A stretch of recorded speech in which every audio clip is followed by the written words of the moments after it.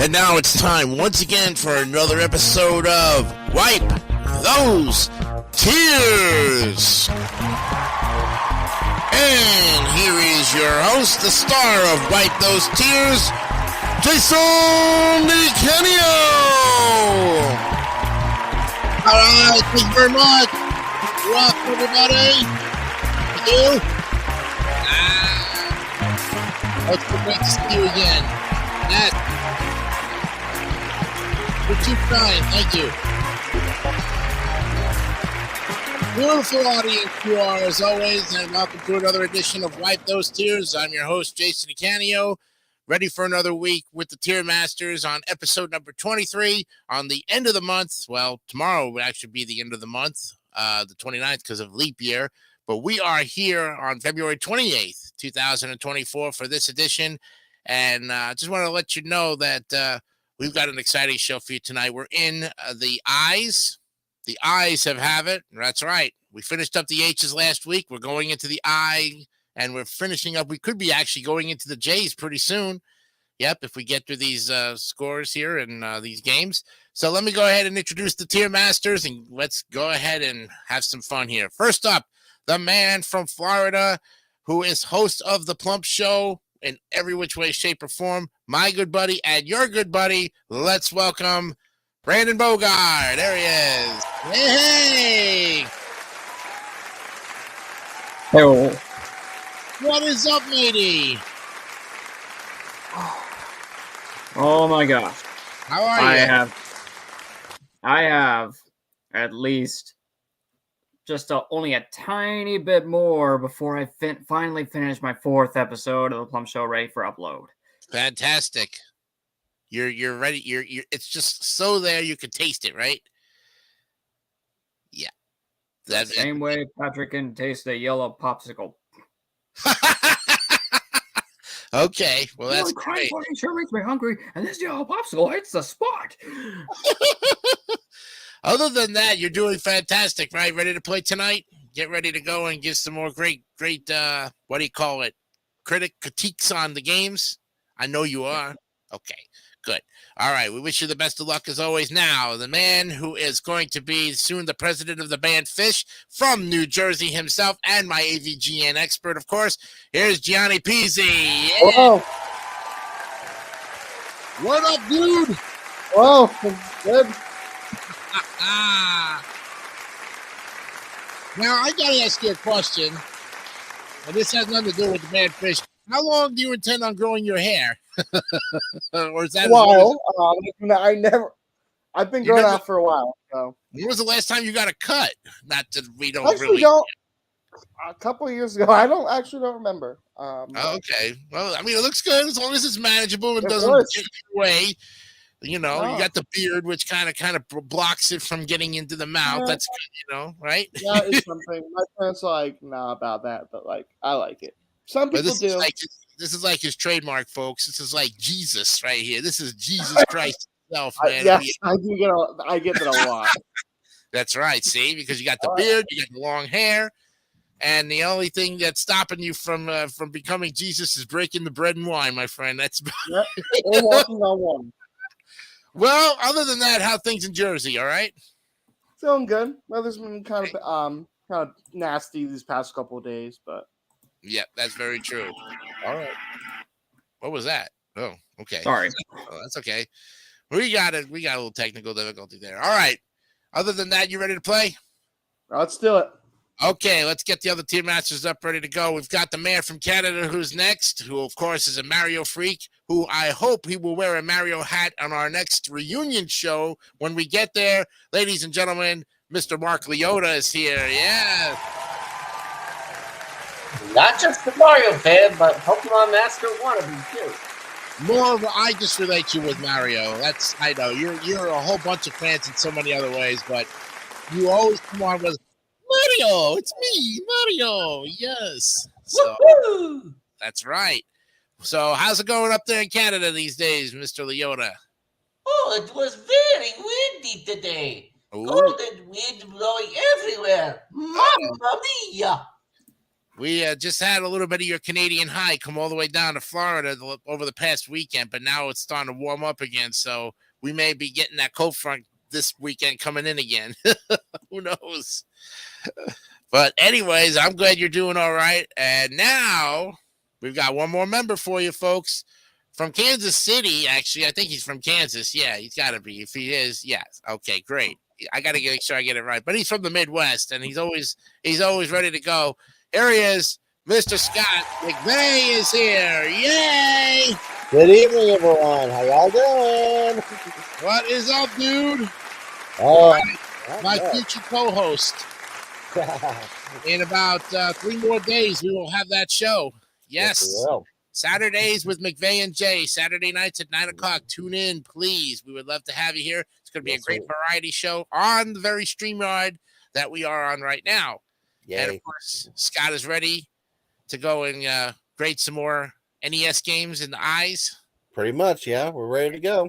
No kitty tonight, huh? No. Kitty's outside here just enjoying the rest of the evening. Okay. Well, that's fine. If she decides to come back, she's always more than welcome to. You Cool. know it. All right. We got our tier masters. It's time for our tiers, and let's go. Well, not those tiers, but it's time for our game. So let's go ahead and get the rules to wipe those tears. Okay, guys, you know how it's played. Each of our games is going to come up in the eyes, letter I, that is, and you are to rate them between 50 and 100. You base it on cover art, playability. I'll give you a little description and a little bit of a, when the game was released and all that good stuff.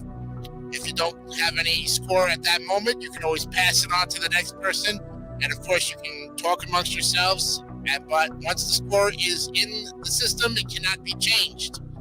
We'll average out the scores and give it an overall score. And if it's anything below 70, well, it gets a buzzer. And if it goes below even that, it'll get a horn, for that matter. Okay, guys, we're ready. Let's go ahead and start it up.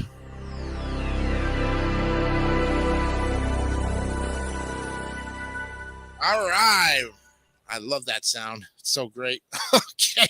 The first game that we're going to be looking at this week to start it all up is a game called Image Fight.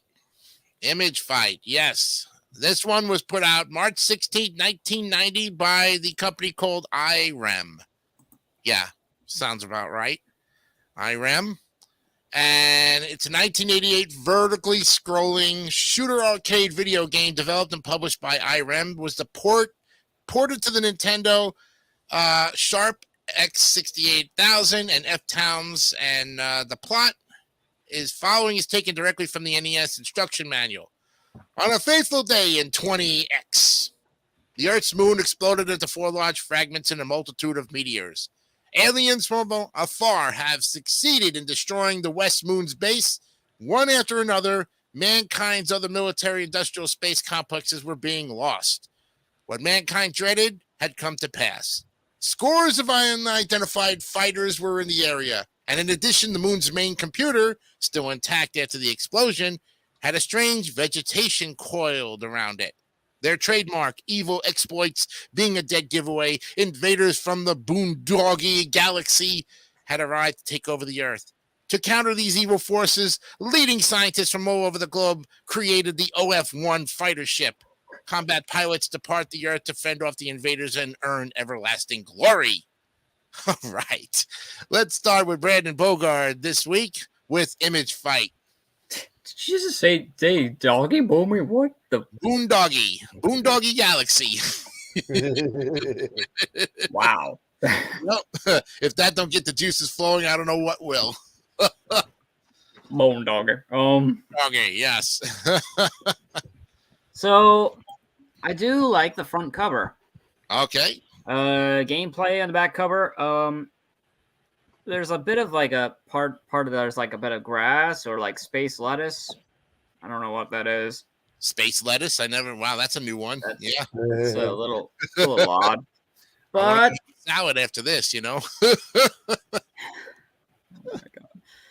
But there's a little thing you go up like a little Egyptian tower, which okay, that's not too bad.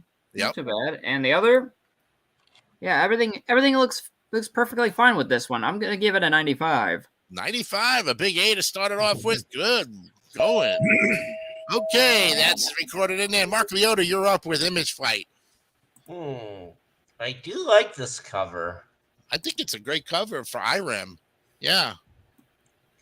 Yeah, I'm not sure what else really I can say since I have not played this one. Okay. But I mean, I've never even heard of it though. Hmm. All right. Let's see here. I think I will grade this a 79. A 79. Okay, that's still pretty good. It's still passing. Mhm. Okay, Johnny, you're up with Image Fight. And let me ask the very first question. Did James and the gang even touch this? I don't know if they have. Maybe Mike has. I don't know. That's I true, haven't heard too. I haven't heard Yeah. of this game, but maybe something that he would play. I think. Yeah, vertical scrolling. It's kind of like Gun Knack, in Yeah. a way. I do like the title screen though. I don't Uh-huh. know why, but I think the way the G's are shaped is. I Yeah, like right? those. I'm gonna give it 84. 84. Okay, that's about a low B, but still a very passable grade. And now we go to Scott McVeigh with Image Fight. Okay, I got a little known fact about this game here. Believe it or not, this has been seen not just in the 8-bit generation and all that there as well. It actually came out on both the Wii Virtual Console and was actually a 2-pack of games seen for the Japanese Sega Saturn and the Sony PlayStation, along with another shooter game called X Multiply. Wow. So it's kind of a whole thing. And we're reading on the Wikipedia page, they say there's some similarities between this and R-Type, another great IRAM shooter here as well. The big difference is this is a horizontal, a vertical shooter compared to the horizontal of R-Type. Yeah. This is absolutely very gorgeous looking. I love this box cover and all that. The images of the game itself really nice though, and like I said, this has got some long play value. I'm actually going to give this one a nice 90. A nice 90. Okay, still an A and very playable on that. Nicely done. Okay, well, I've never seen the game before until we've just started talking about it now. Having read that description, I would think that it's kind of like Gun Knack almost. I'd probably love it if I started playing it, getting the feel for it. I love the cover art. Nice, futuristic. I love the black background with the silver border. Another one of those Konami game, almost knockoffs. Only IREM, maybe in them that they've had some kind of like border issues. But I just love it. It just kind of like it just wants to come right off the box cover and say, "Hey, I'm here." 93. Yeah, 93, definitely. Definitely. All right, we've got our 5 scores. Let's average them out. Good luck. Here we go.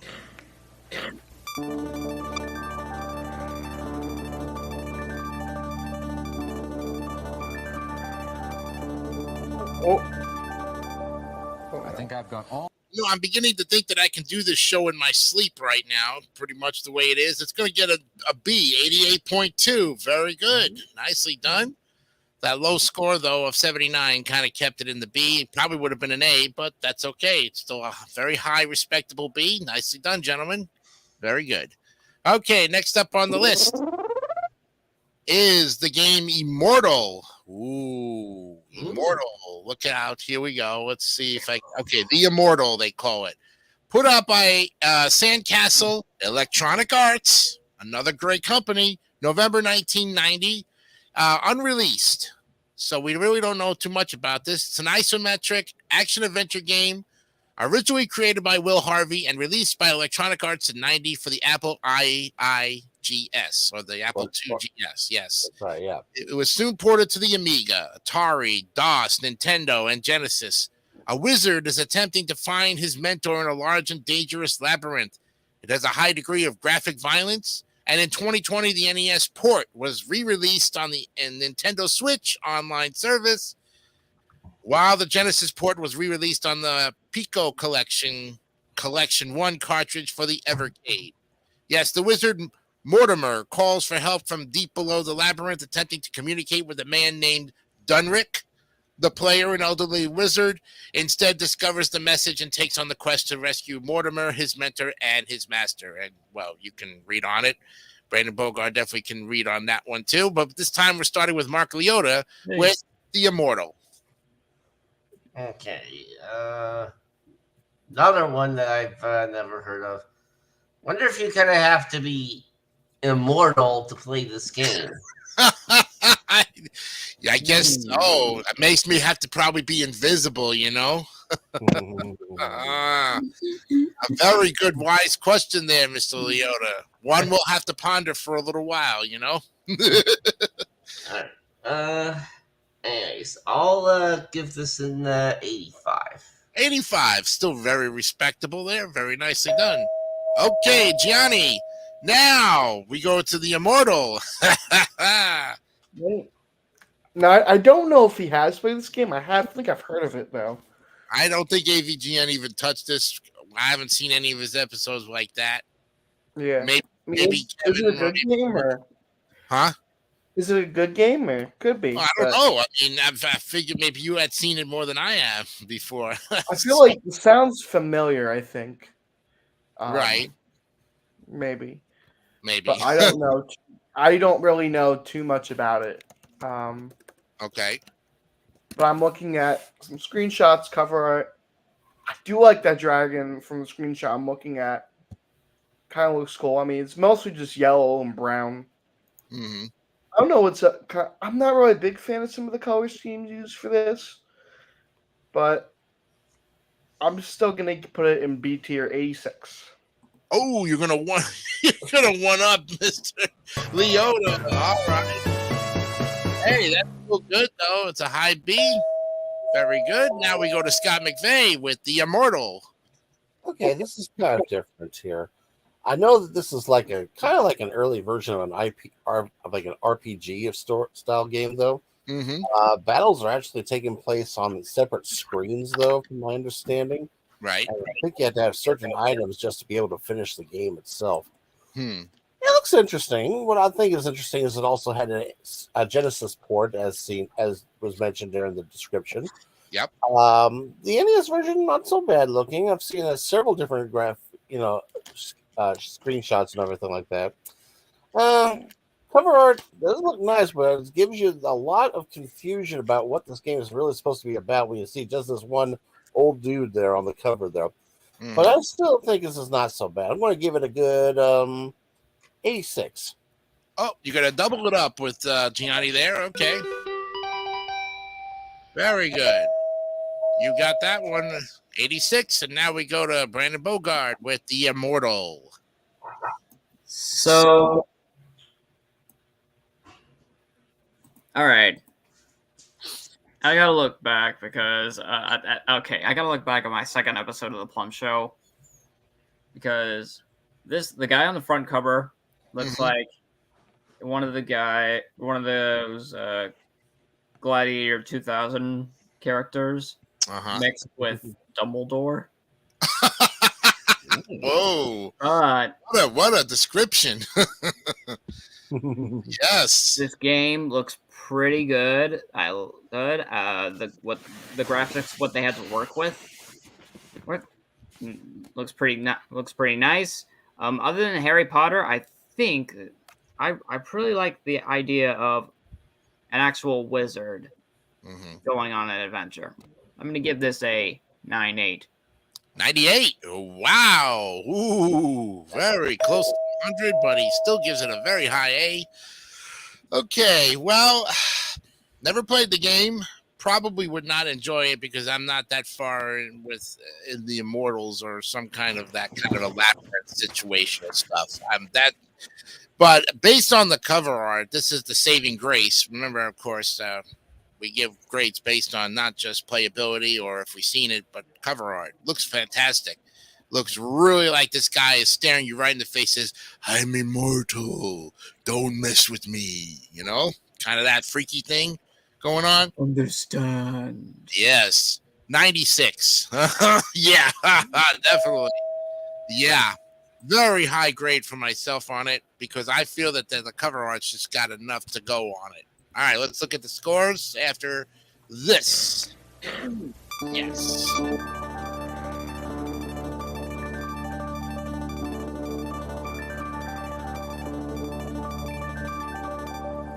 I think I've got Oh, it's climbing, it's climbing, it's going, it's going, it's going, it's going, and it could go all the way, and it did. 90.2, you guys got it. Nicely done. Your first day of the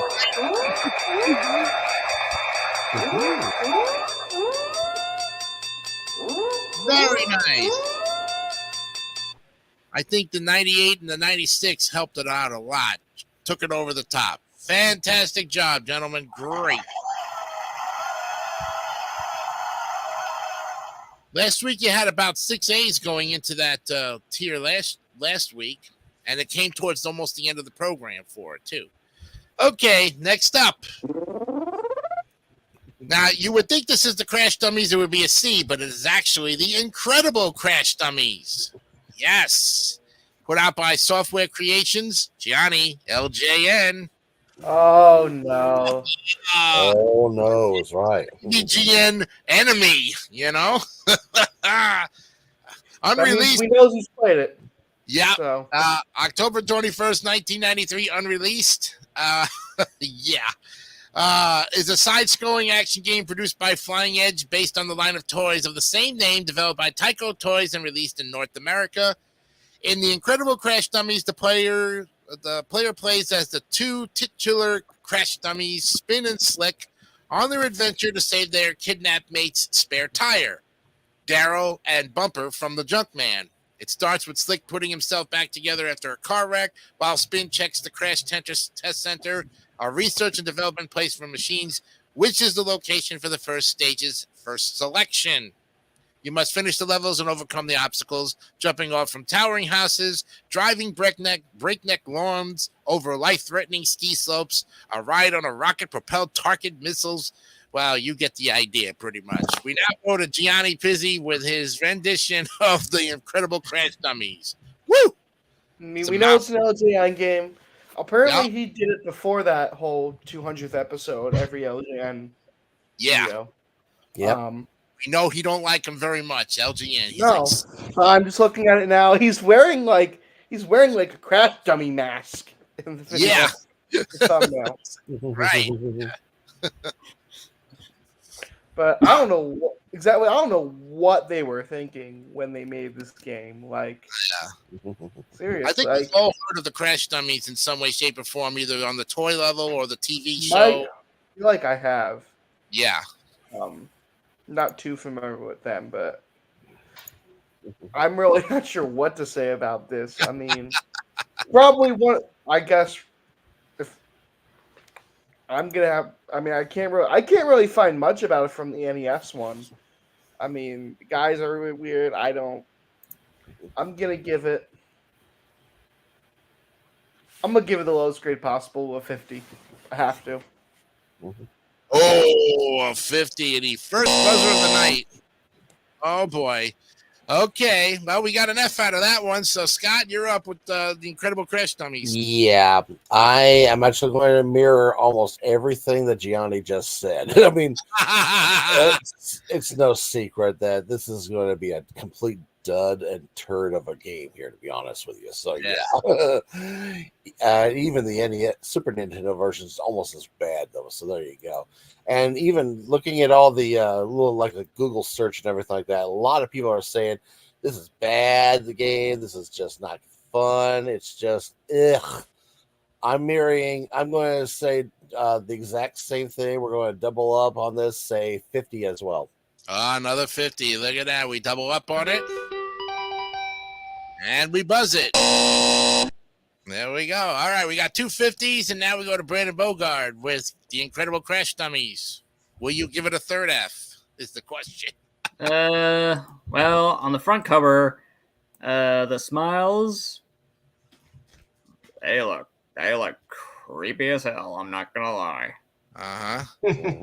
Oh yeah. Now I can see it from that. The rest of the gameplay on the back cover, these images, they look nothing like what's supposed to represent. I feel like okay. In one of them, I feel like I'm looking at one of them in a game of Tetris, because there's a red block, a white block, and all across some blue blocks. Mm-hmm. Then there's one on like a construction site. And then there's one on some like weird tape, whatever.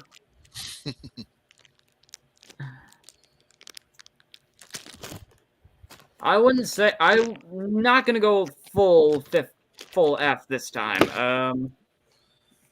Something feels a little fine about it. I'm just at the very least I'm gonna give 77. 77. Wow, what a difference of opinion. Okay.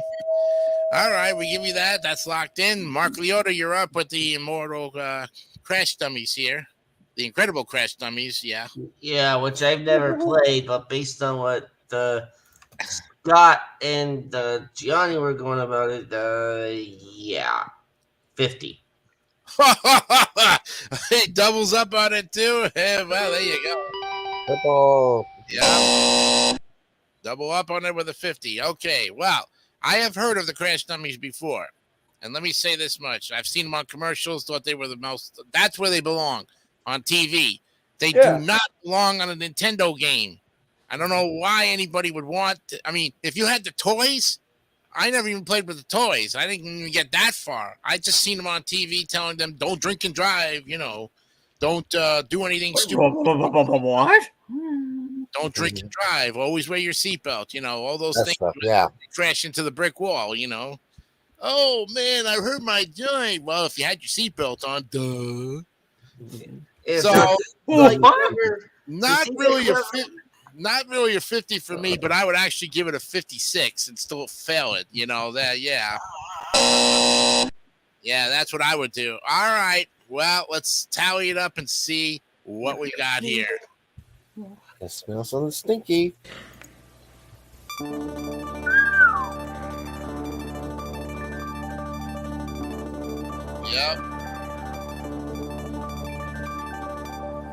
I think I've got all. Well, I can honestly say, gentlemen, this is going down into the bottom of the pits. It's an F for the first time.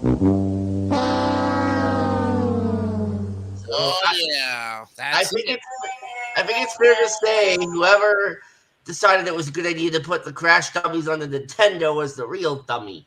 Yeah, I think so. Yeah. Or any game console for that matter. So we gotta give it a proper burial here. Now, hold on a minute.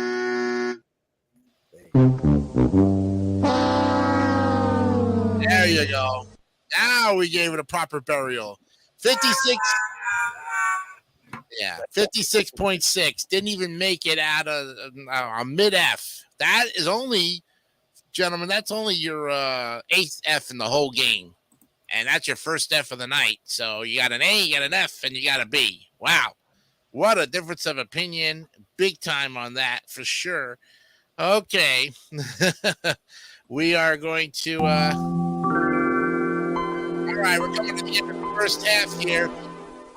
Gentlemen, I did not set up a Who Am I game, but I will give you a What Am I, but I will not put the clues up on the board.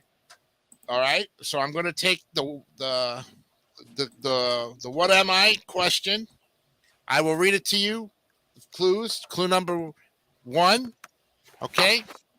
So take these down because I didn't have a chance to put them into the system. Okay. So, where am I is the question. Okay? Clue number 1.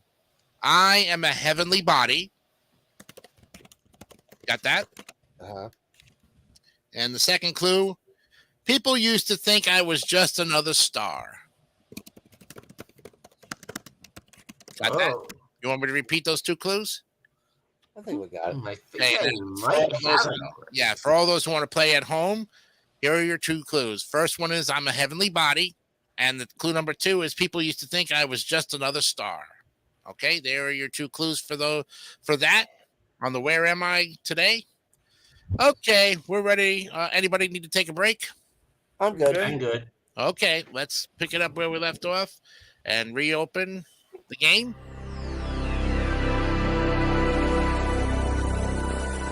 Okay, we're in the second half hour of the program. Good going so far.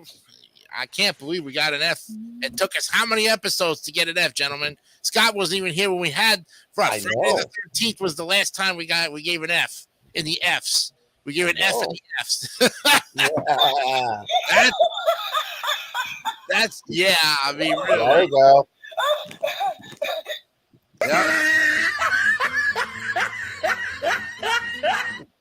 Yep, that's for sure. Now the guys are laughing.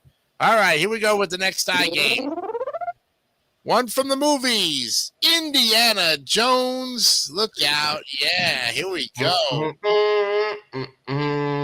Yes, Indiana Jones and the Last Crusade. I think that's the one that's up there, right? That's correct. That is the one. Okay. Yes, this was put out by Software Creations and Taito, March 1991, unreleased. And this is based on the 1989 film of the same name. In the game, the player controls the protagonist, Indiana Jones, navigating through levels taken directly from the film. The game begins in the year 1938, with Jones receiving a package from Venice, Italy, which turns out to be his father's Grail diary. At the same time, he receives a telegram from Marcus Brody telling him the Cross of Coronado is on a ship off the coast of Portugal. The player can then choose between recovering the Cross of Coronado or going to Venice first.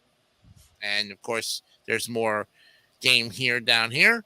So now we go to Scott McVeigh to start off with Indiana Jones and the Last Crusade. Oh, I love this one. Now, first of all, I've always been a fan of the Indiana Jones movies, and this is actually my favorite of the 5 movies so far that's been released, though. Mm-hmm. Even though I have not seen the 5th one yet, but I still need to.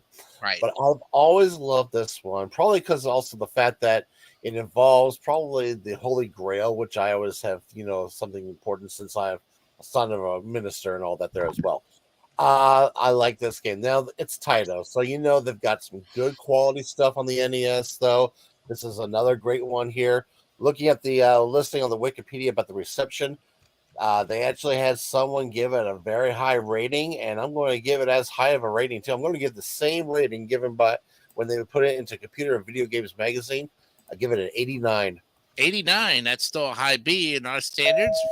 Very nice, Scott. Okay, we now go to Brandon Bogard with Indiana Jones and the Last Crusade. So, there's Harrison Ford on the front cover doing his thing. Yep.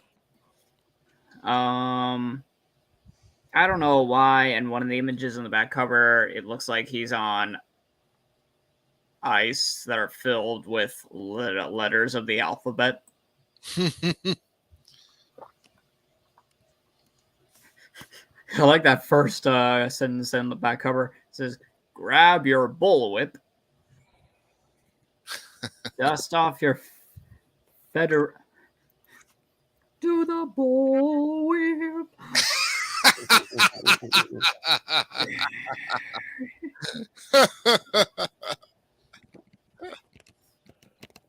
But there's a tank in there. Okay. You know what? For Indiana Jones, that sounds about right. I'll give this 91. 91. All right. A low A, but still a very respectable score. And now we go to Mark Liotta with Indiana Jones and the Last Crusade. Indiana Jones has always been a pretty cool character. And the series has been fantastic, too. Yes. Yeah, although I think they came up with the last Indiana Jones movie like last year, I think, or something like that. Yes, we did. Okay, yeah, so I figured it was fairly recent. All right, I will score this one a 92. You're going to one up on Brandon Bogard. Okay, there you go. Very good there. Okay, Gianni, you're up with Indiana Jones and the Last Crusade. Okay, so I know he has played these games. He did a whole thing on all of the games. Yes, he did. Yes, James and AVGN. Oh yeah. I think he even took his whip and he cracked out the Yes, he did. I forgot about that. Yeah. cracked it right. He took it and he whipped it right out of the toaster. Or the top Oh yeah. loader. Yep. The toaster. Yeah, they have an NES toaster. The Yeah. Nin toaster. Yeah, Yeah. I took an actual toaster and put an NES hardware inside of it. Yep. So Or did he put it in the real toaster like he did with Back in the Future? could be too. Yeah, That's true, yeah. he's been known to do that too. If the game was that bad, yeah, like Back to the Future. Yes. He put a lot of games in the top loader though, because they just He seem to work. did. better. He did play a lot of Yeah. That's true. But I haven't really played much of this game. I haven't really seen much of the episode. I do like the title screen though. That is probably, I guess, one of the good things about the game. Mhm. I'm gonna give 70. Not gonna buzz it, but All right. No, it's not a buzzer. It's still a passing grade. 70 is still passing. Yes, you got it. Real good, real good. Okay, now, well, I tell you, I have seen the first 3 movies, didn't see the last 2. So anything after, when he came back as, Harrison Ford, as old as he is, I've never seen the newer movies, but I've seen the trilogy. And I love the trilogy. But my favorite one is actually the Temple of Doom, because I can relate to that one. But I love the front cover. Great. And Sean Connery, of course, playing, his father. Junior? No, I named you Junior. We named the dog Indy. Yeah. That's right. Henry Jones Jr. That's right. Well, we named the dog Indy. Oh, our name is not Junior. It's Indiana. No, Indiana is the dog. And I love what he says at the end. I had very fond feelings for that dog. That's right. He did. So cover art, I could say it's great. Give me a high B. I've never played the series on Nintendo. But I bet you would probably have some fun, but it probably would confuse the heck out of me because it's one of those games doing, you're just trying to do a lot of things at one time, and I get bored easily with it. So I'm going to give it an 85 and call it a day. Yes. Still a mid B. I'm very happy with the cover art. Next game, though, is going to be a little bit higher because I can relate to it. Here we go with the scores.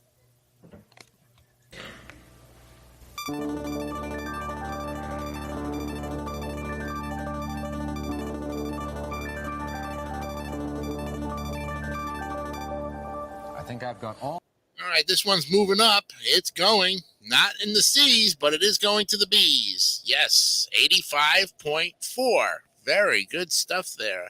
A mid B, definitely. Very nice. Got a lot of B's, guys. I tell you. The B tier is just full of games. Before it's all said and done, most of the games probably would wind up in the B tier before it's all said and done. Okay, we have our next game ready to go. So let's go ahead and talk it over here. It's the next one in the trilogy. It's the second one, Indiana Jones and the Temple of Doom. Kind of like they're coming out of order here a little bit. All right, this one is action game released in 1988 for the Nintendo, based on the arcade game and film of the same name. The resulting product differed from the arcade version in several aspects, but kept the same underlying premise and style. The game was originally released by Mindscape in December of 88. The publishing rights reverted to Tengen. Ooh, Gianni, Tengen. Oh, yeah. The NES knockoff games, Oh yeah. Tengen was always trying to get that seal, and they never put those seals on those Tengen games. How many times did they try and they couldn't? Yeah, a lot. The film of Indiana Jones and the Temple of Doom was released in 84 and starred Harrison Ford, as you know. A year later in 85, Atari Games capitalized on the franchise by releasing the initial version of the game on arcade. This version was a platform and fighting game and featured theme music and sound clips from the actual film. So, you know how it's done, guys. Pretty much. Mola Ram is basically just stolen all of the good stuff, and Indiana Jones has to go to the temple, save the kids. Zada, zada, zada, sis boombadia. So, With that, we go back to the top of the order and we start off again with Brandon Bogart. Shish boom ba. Discard the sound read when a sheep explodes.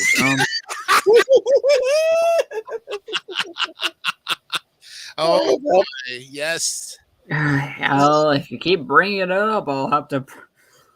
You'll have to keep playing it, right? Scott's going to fall out of his chair if he keeps up that.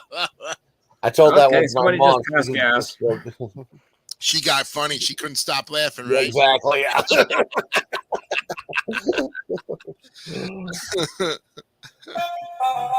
Oh, yeah. Okay. Got Interestingly, that off your chest, you know. Interestingly, I heard from the Nostalgia Critic that when Indiana Jones and the Temple of Doom movie came out, they didn't know where to place it. And so the PG-13 was born, a compromise between PG and R. yeah. So as for this game, one of the images in the back cover looks like it's out of place. Mm-hmm. It looks like they just combined icy water with a bit of desert. Seems out of place. Mm-hmm. But everything else doesn't look too bad. 89. 89. Okay, still a very respectable high B there. Okay, Mark Leota, you're up with the Temple of Doom. Does anyone ever think of the children with these games? No, things that we don't realize. If you've watched the movie as much, the children are the ones that were basically rescued, and of course they were under that hypnosis. Think about the children. Yep. All right. I'll give this 93. 93, a low A, but still a respectable score. Now we go to Gianni Pizzi with the Temple of Doom. Okay. Looking at it, doesn't look like too much different. I don't think from the last one, Last Crusade. From what I see, it now doesn't really look like too much. But I know he also did this one, too. Mm-hmm. I'm gonna give this one. I mean, there's not really much to. I mean, it's kind of about the same game, but I'm gonna give it 72. 72. Okay. Passing C, which you gave 70 on the last one there. That's all. Okay, Scott McVeigh, you're up with the Temple of Doom.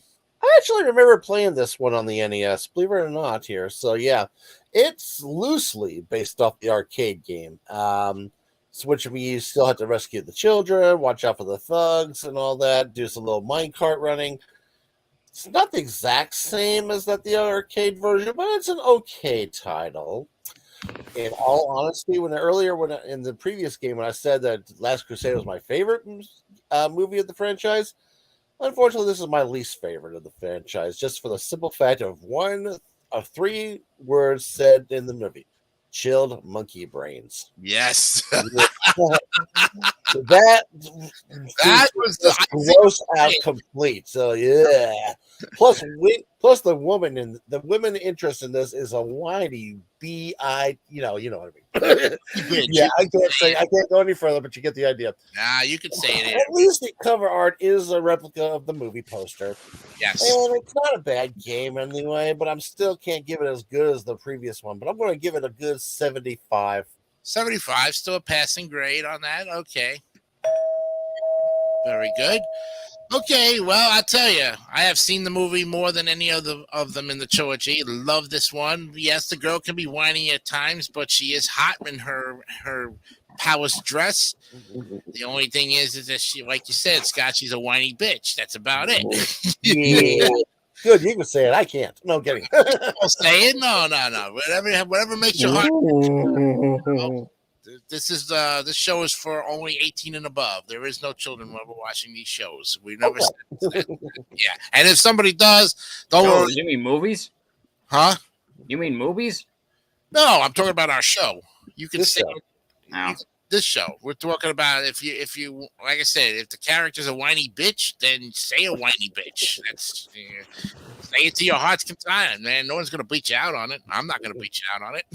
Well, I'm gonna laugh and say, yeah, okay. Did you say bleach? bitch, bleat, bleat, Yeah. biatch.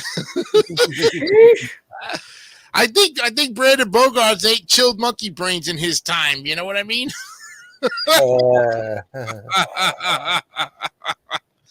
Yes, Scott, I can honestly say those chilled monkey brains were fantastic. I mean, Yeah. what kind of effects did they use to put it? Was like really like trumped up Jello. It looked like, Yeah, it looks like it. Sure, there you go. looked like a really really blood red kind of Jello that they put in there. Just to make it look like you were eating something else. Because I don't know how those characters after they ate that feast with the spider legs and everything else. Yeah. The soup with the eyes. Remember the soup with the eyes? Yeah, that just made me go. Well, we knew those were fake eyes. I knew it after. I knew, but still. But still, even if it was just for a prank, Johnny would be like, "What the heck, man? You're macaroni soup, man. You're gonna have eyes coming out of you." Oh, little fun fact here. Yeah, The kid who plays Short Round was also Data in the Goonies. Also, so there that's we go. right. Yes, indeed. The next year in the Goonies. That's right. He was exactly. I have to give this a high 97 on it because it's just fantastic. Though I never played the NES game, but I do remember one time I was in an arcade where I did see the arcade, and the darn demo music just going. Plus, the arcade version had voice samples. Unfortunately, this did not, but that's okay. Yeah, but every time you hit a button, it would always resort back to the demo and the music, and it was like annoying. So it kind of could be, yeah. All right, let's see what we got after this.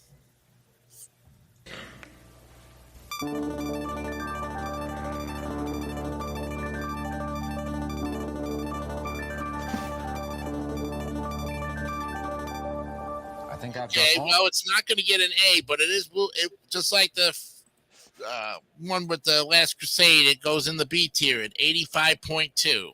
Okay, we're done with the Indiana Jones series. Thank God for all those who thought that we were not. That was like torture for you guys.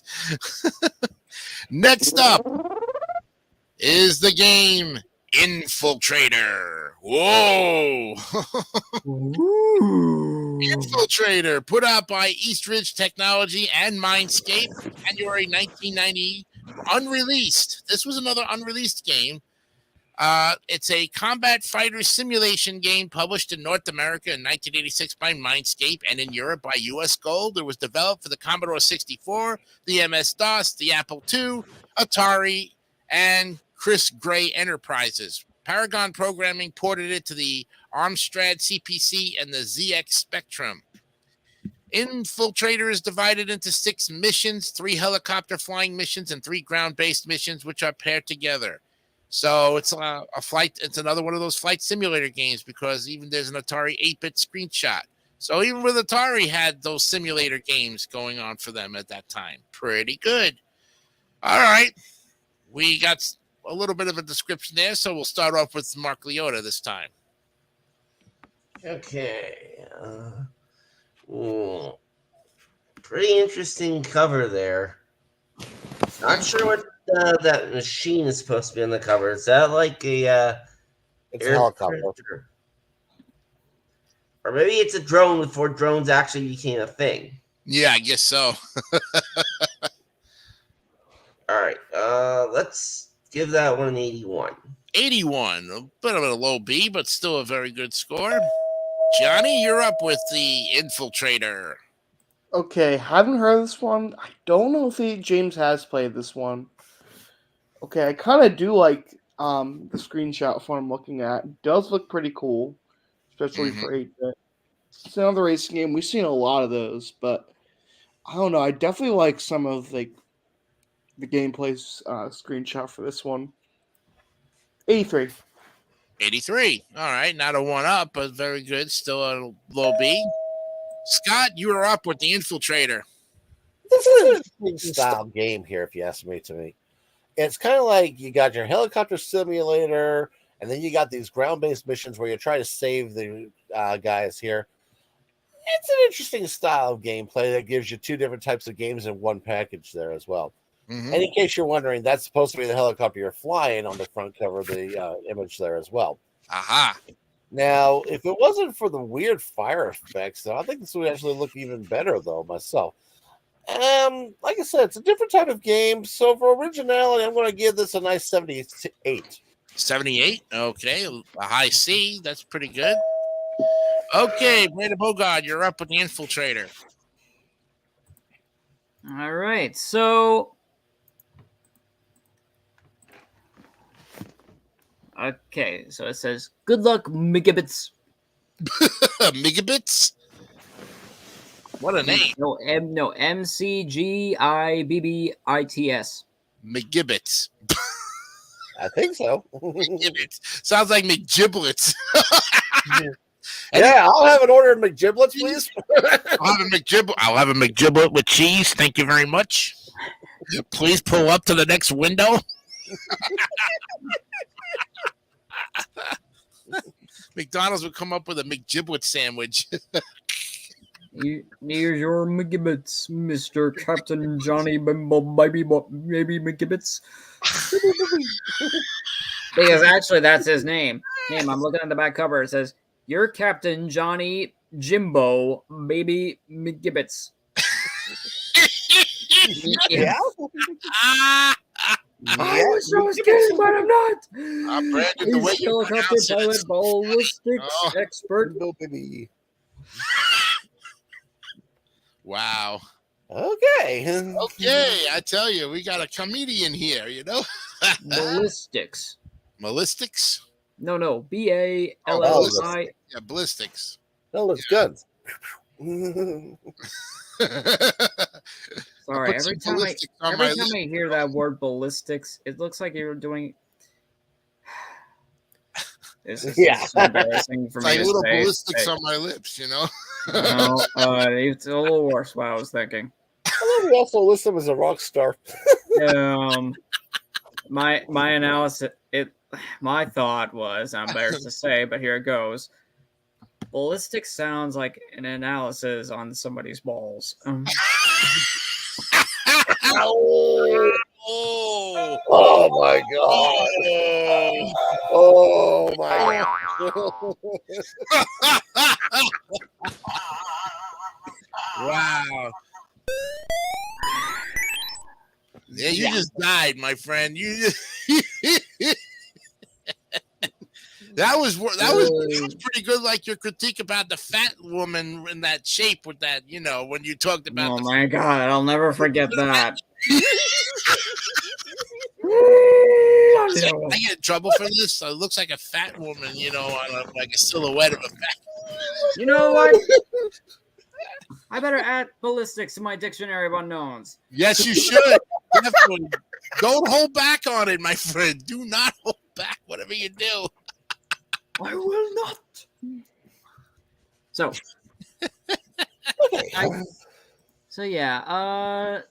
the images in the back cover, the gameplay, the graphics look a bit cheap, but they don't look too bad. I'll just give this 87. 87. You're still respectable. Yeah, there you go. I think you won up both of our players on that one. Yeah, somebody gave it an 86, right? Who gave it an 86? Was that Scott or was that Mark? It was not me. I gave it a 78. Oh, okay, Johnny, I think you gave it in the 80s, right? Yeah, 83, I think. Oh, okay. Oh, yeah, 81. So whoever won up with the other one is basically Brandon Bogard. He won up to everybody on that one with this explanation. Okay, now I've never played this game before, but based on the look at the helicopter, this reminds me of that Airwolf show. Remember that? Yeah, I definitely remember that. Airwolf, I love that show. God rest his soul, the guy who played Airwolf. You know, he passed several. Ernest Borgnine. Oh yeah. No, not Ernest Borgnine. The guy who played Airwolf, the man. You know, Oh, okay. Ernest Borgnine was on the show, yes, but I'm talking about the guy who played him, Hawk. You know, Airwolf himself. Okay. He didn't get very little IMBDs, you know, to his credit, but he'll always be remembered as Airwolf. And if I can remember his name, I'm gonna have to type it up here real quick. Airwolf. And the guy's name was John Michael Vincent. Oh, yeah, Yes. that guy, yeah. Ernest Borgnine was in it, yes. But John Michael Vincent is Airwolf. Mhm. Yes. And he, great actor, but just did not get enough, He was they're always overlooked when they play a secret informant. But this cover art is fantastic. Looks like the Airwolf cover art there. So I had to go based on the cover art. So I'm going to say 92. Ah, yes. Mhm. 92. Okay. We have our scores. So let's go ahead and see what we have.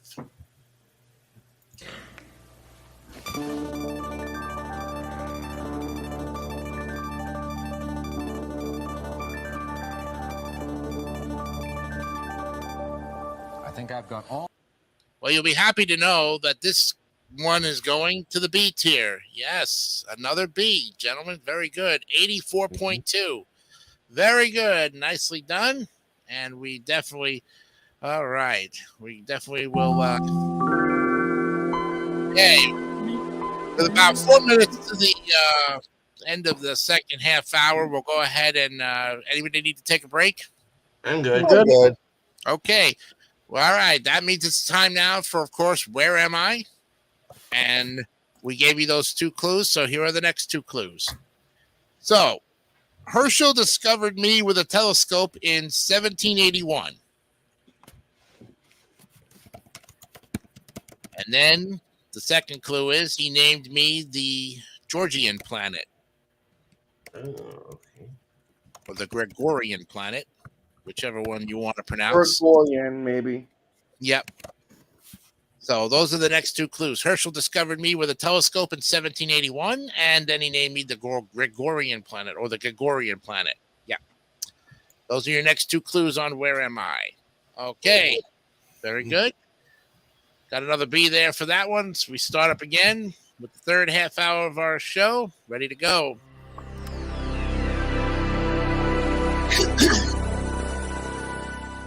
Okay, gentlemen. We're coming up to the second hour of our program. We're ready for the next game. And this is what you would think would be in the C's, but it's not. It's international cricket. International cricket put out by Beam Software, Laser Beam Entertainment, 1992, unreleased. It's a cricket video game. It was developed by Melbourne-based Beam Software and published under the Laser Beam Entertainment publishing arm in 1992. Aussie Rules Footy shares the same presentation style as this game. And like Aussie Rules Footy, the game was distributed exclusively by Mattel's Australian operation. There were no attempts to release a cricket video game to the North American, Japanese, or European markets. The reason is that baseball games dominated the North American and Japanese, while football dominated the European. So 2 buttons are used to control the action, one for hitting the cricket ball, while the other allows the player to slog around. One of the shortcomings in the game is the simple artificial intelligence. The average player can bowl the computer or out for totals not exceeding 20. You know how to play cricket. So there's a lot of variations to the game. There's also a sequel. Okay. So we've got all of our things there. We start off this time with Gianni Pizzi with international Okay. cricket. Haven't really heard of it. Did not know there was a cricket game for the NES. So don't really know much about it. Okay, I'm looking at a screenshot. Not too much of a big a fan. Way too much green in the background. I feel like they could have done a little better with some of the background. So I'm gonna have to put it. I'm gonna have to buzz 64. 64. It's a buzzer. Okay, it's a D. All right. That's your second buzzer of the night there, Gianni. All right, we go to Scott McVeigh with international cricket. Well, how do I say this? You ever watch cricket on TV? I actually got to finally see cricket when I was on a Caribbean cruise about 4 months ago because it was international that they're in the international sports channels. Right. It's one of those shows that, games that you either like it or you don't like It's it. like sushi, You either love it or you hate it. Yeah. That's true. That's true. In this case, it seems like from what I'm looking at, all these different screenshots and such. Sure, it has good little gameplay and all that. It also has some nice, I guess you could say, management sections here, but I just can't get into cricket that much, though. So I'm sorry. I'm going to have to give this one 62. Oh, still a D, 62. We buzzed it. Okay, Brandon Bogard, you're up with international cricket. So Sure. I'm only just basing this on the front cover. The front cover, the guy in yellow on the front cover, this moron is like, This moron. instead of holding a baseball bat, he looks like he has the baseball bat, but he's doing golf. Yeah. Well, that's why they call him a moron, I guess. Ah, yes, the character's name, Moron. Moron. Mo Ron. More on.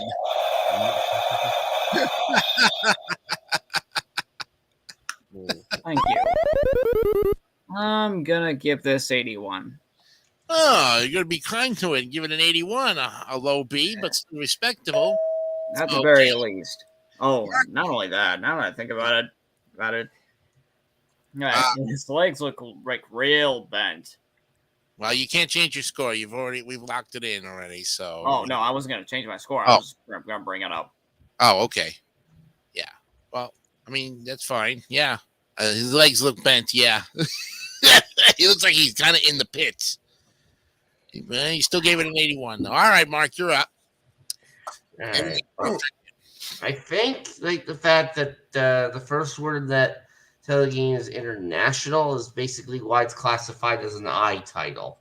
Mm-hmm. Yes. All right. Never really been a fan of cricket, although from what I understand, it's pretty similar to baseball, though. Mm-hmm. It's played in the UK, and I think there's some heavy cricket up in Canada, isn't there? There might be, but I am not 100% Okay. certain.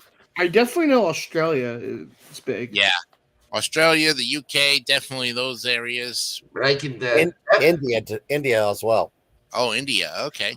yeah, but I could definitely see why this game would never release, at least in the North American market. Oh, yeah. All right. Believe it or not, I'm actually going to be a bit generous with this one. 73. 73. He is generous with it. There you go. Okay. Well, the last time I saw anything cricket related was on the movie with John Goodman, King Ralph. Yep. Yeah.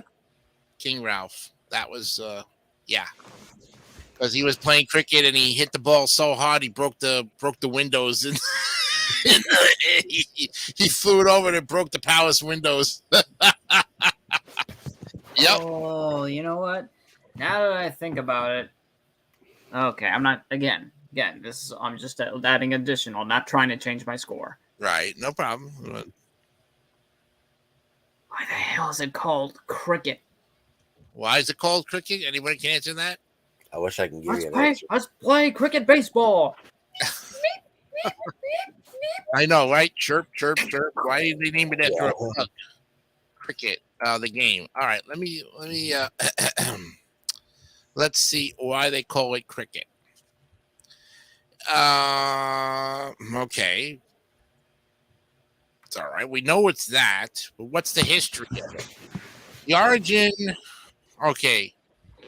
It's one of many games in the club ball sphere that basically involves hitting a ball. We know that. But what's the history? Where did it come from? Origin was created during Saxon or Norman times by children living in the Weald, an area of dense woodlands and clearings in southeast England that lies across Kent and Sussex. The first definite written reference is from the end of the 16th century. It's a children's game. It survived as a children's game for many generations. Craic. But there was an early spelling of it called Craic, which is Craic, meaning fun and games in general. Okay. So maybe that's why they call it Craic and cricket. They probably Americanized it. Yeah, or modernize in this case. Modernized it, possibly, yeah. But to name it after a bug, chirp, chirp, chirp, cricket, cricket, cricket. I mean, I like crickets very much. I like Jiminy Cricket too, you know. But I've never played this game of myself, and for the love of God, why does he have to wear yellow? I don't understand it. Maybe it's representing a team color or something. But the guy looks like, man, I'm going to see how far I can hit it, man. You know, and I think a cricket See how ball. far I can hit this golf ball, man. Well, I tell you, a cricket ball is even harder than a baseball. You know, yeah. If it broke the palace windows in King Ralph, what more damage could it possibly do if you got knocked on the conganin, you know, or the noggin, you know? Right. The noggin is the head, bro, Brandon. It's another name for head. Conk on the noggin, you know? Well, I'm learning so much. Yes, you are. I'm gonna give this a 71. Yeah, and I think I'm gonna one up whoever gave us. Who's the one who gave it a 70? I don't know. Was that Gianni? I might have been. Yeah. 70 something. Yeah, I'm going to give 71 and call it a night on that, and that's all I can say because I've seen cricket but never played it. All right, we got our 5 scores. Let's take a look and see what we have for an average here. Wow.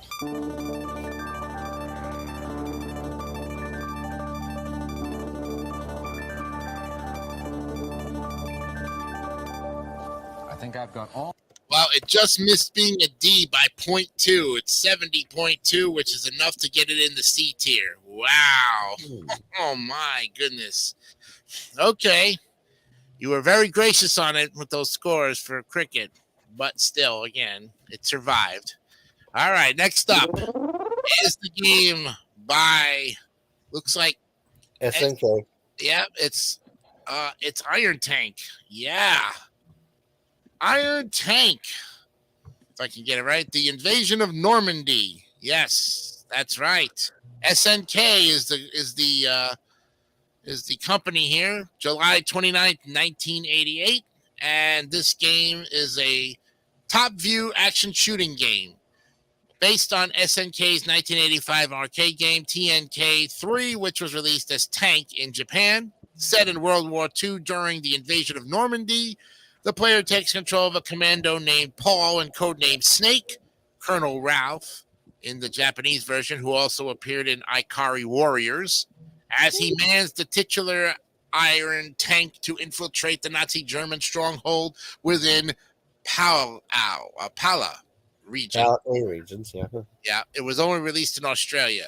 Iron Tank is considered by some to be a spiritual successor to SNK's earlier game, Guerrilla War, remember? Due to many similarities in gameplay, graphics, and overall layout. Okay, who was the one that we left off with? Scott McVeigh, you got this one. Okay, yeah. Well, like I said, this is actually an arcade game conversion here. And we all know that last episode was, that SNK had several types of games like this, including the Ikari Warriors trilogy and all that there as well. Yeah. What's interesting is this is a censored game, actually, compared to the original Japanese version. They took out there was a lot of Nazi imagery, because you're fighting off against Nazi Germany and all that there as well. Yeah. So they actually censored this heavily for both North America and Australia, believe it or not. Overall, it's still kind of a neat little game, but if you liked Ikari Warriors and or Guerrilla War, you'll like this one too. Similar as it's like a slow-moving scrolling game, going upwards. The cover art's really nice. I will give this a beautiful, let's give it 88, the same year it came out. 88, okay. That's a high B. Very good. Now we go to Brandon Bogard with Iron Tank. The Invasion of Normandy, yes. Did you say anything about Snake in this? Yes, I did. Snake was the code name for character, yeah. For Paul, and his code name is Snake, Colonel Raff in the Japanese version, yes. I'm looking at the back cover. It's not just Snake. A secret unit known as Iron Snake. Ooh. Look at him with his knowledge of it there. There you go. Very nice. That's what you call a little bit of something to give us all a little bit of, yeah. Very nice. Sorry about that. All right. Yeah, I like this. It has great graphics. I like the front cover. I'm guessing in the guy's face, I think that's Paul. Mm-hmm. Mhm. Yeah. Gotta give it to him. 95. 95 for Brandon Bogart. All right. Nicely done. Mark Leota, you're up with Invasion of Normandy Iron Tank. I don't think I've played this one.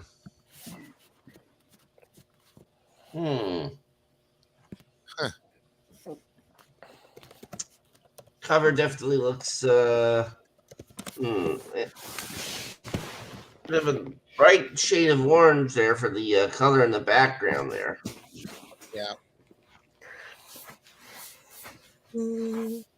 All right, let's get this one an 83. 83. Okay. That's still a low B, but very respectable. Johnny Peasy, you're up with Iron Tank. All right.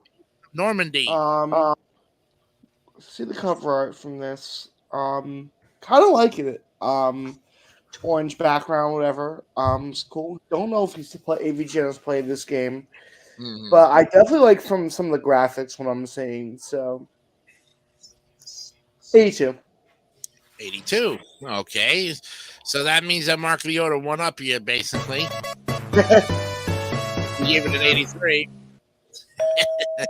You gave it an 82, and you still gave it a very respectable low B there. Okay. Well, I never played this game. I don't think I played even any of the Iron Tank, let alone for that matter. I love the cover art, though. I think it's fantastic. A lot of orange and yellows in that. So thank God for the SNK border. That's basically just a carbon copy of Konami's, borders. SNK Akari Warriors. See, again, right next to it, folks. Same border. They just pretty much took their stuff from Konami and said, "Hello." Oh, okay. Konami got it first, but we'll get it close without the stripes. We won't put the black stripes on there. We'll come up with our own and be close, but not copyright them. So in this case, I am going to give it, based on the cover art, 74. I will be able to see and leave it at that. That's all I can really say on it anyways, because I've never played the game. Here we go with the average after 5, as they say.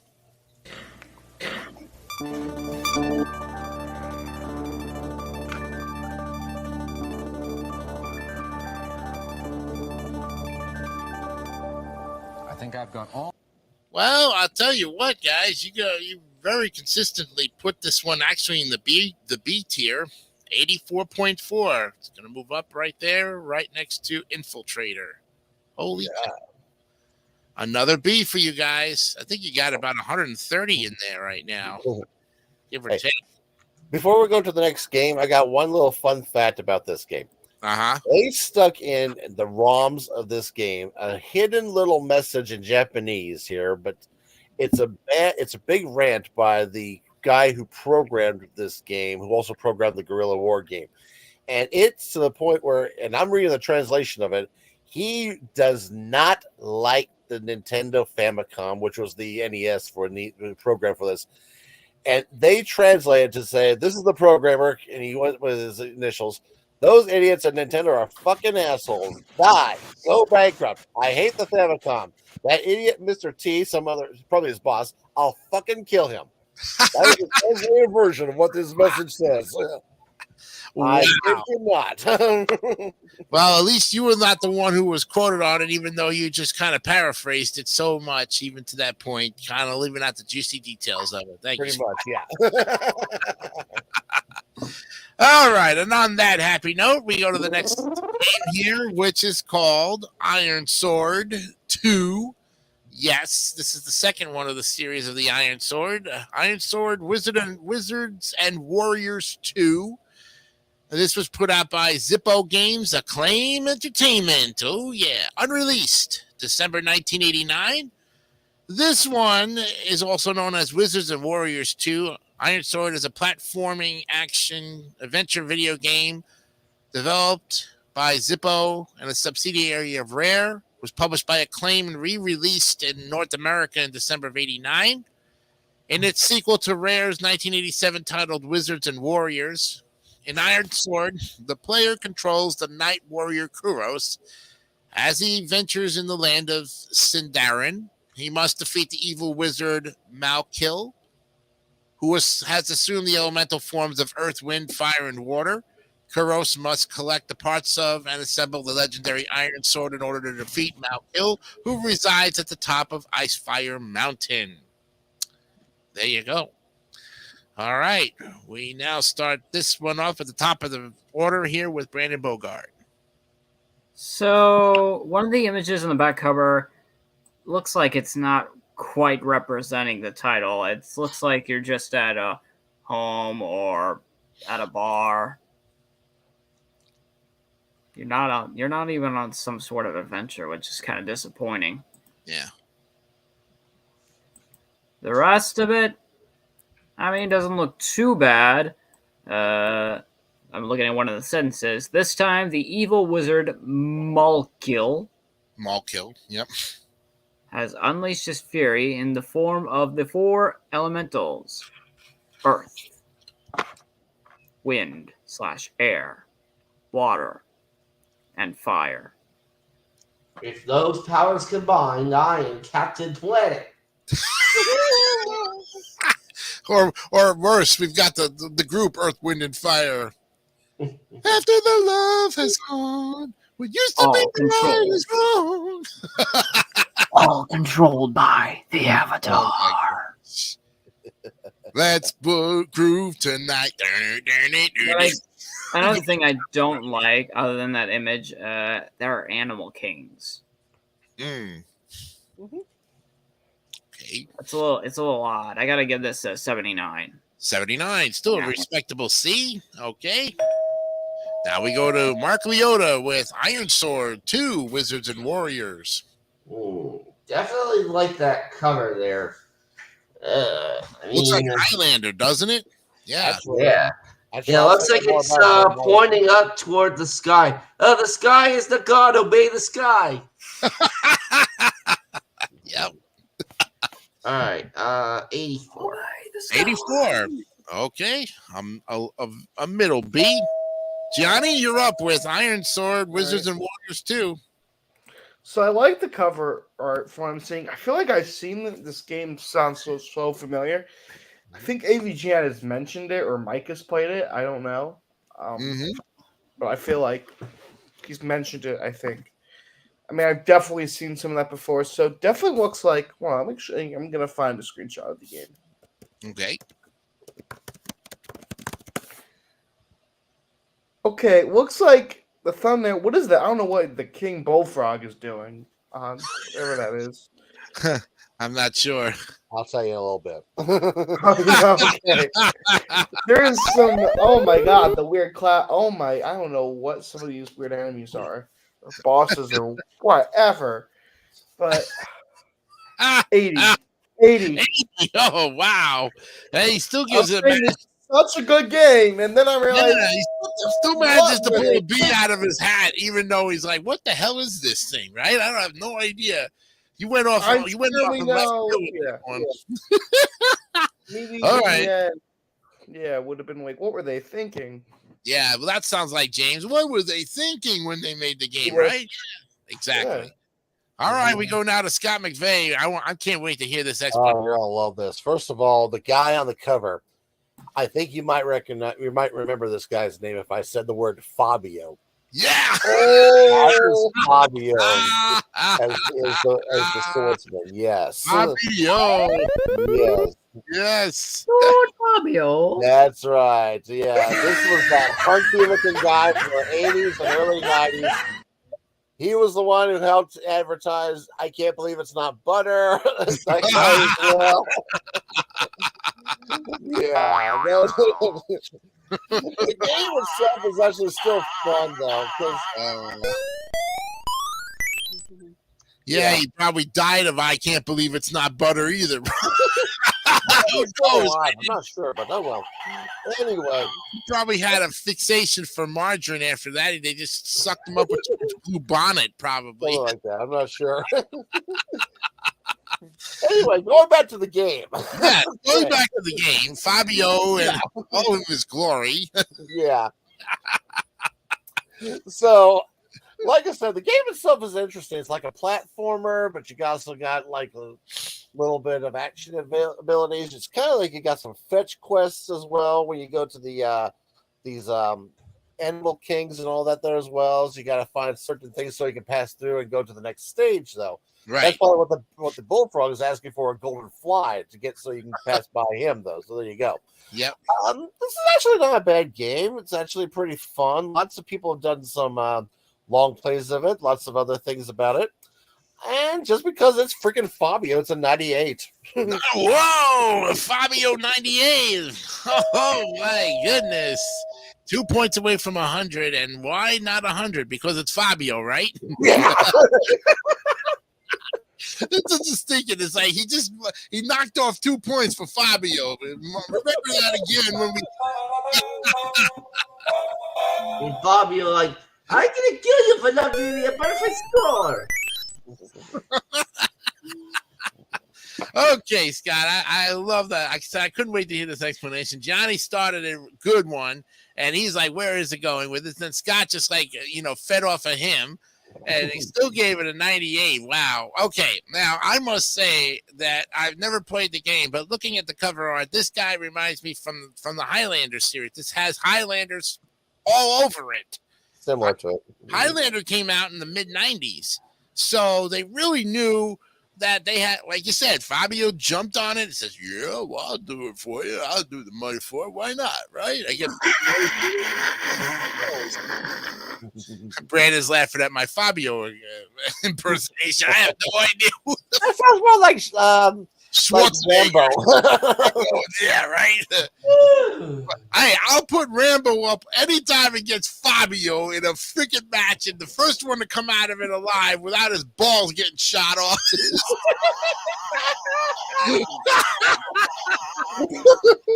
That's just I just died right there. Yeah,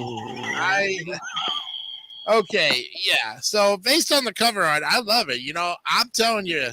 And not for the gameplay. I'm going solely on the cover art. 100. Please give it to me. I'm giving it 100.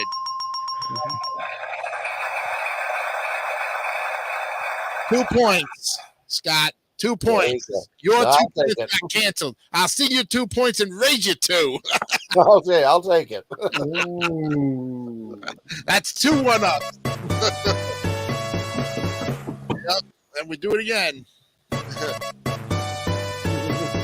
All right, let's take a look at our scores here and get going. We got let's average it out. Oh my. Where do we have our fun with this one? Oh, we sure did. Yes. I think I've got all.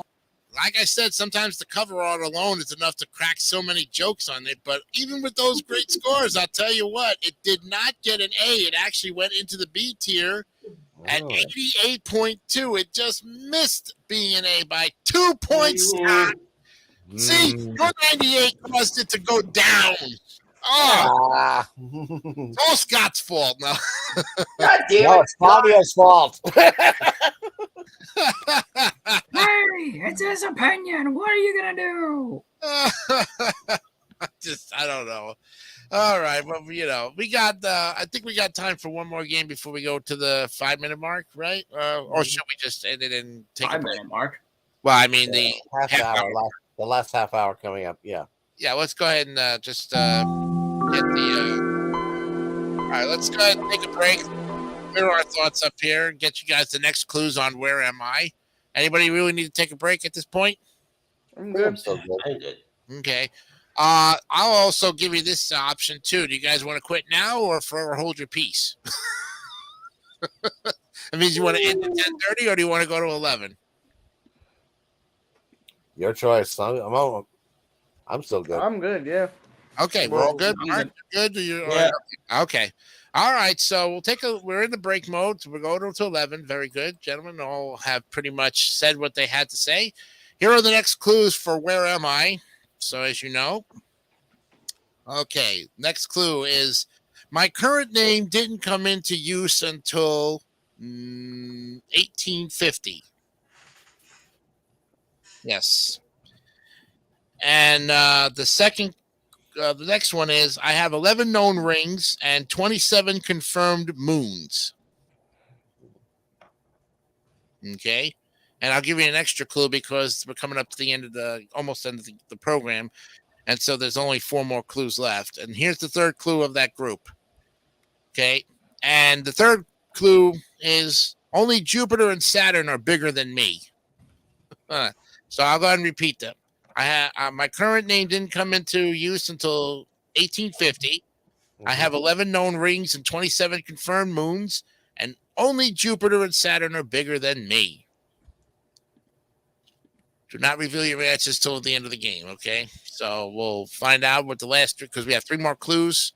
And if you're following along with Where Am I on this one, good luck, and hopefully maybe you'll come up with an answer. Please type it in the comments if you're following along with Where Am I at the same. There is no prize for it, but it just kind of gives you a little bit of a different thing to kind of get your brain there. Kind of gets the brain juices flowing a little bit.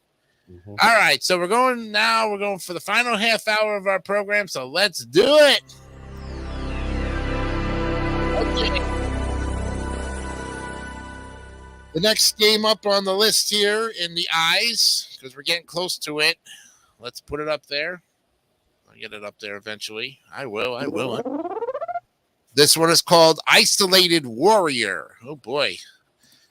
Or Max Warrior. And this is put out by KID or Kid, VAP, NT Vic, and Nintendo.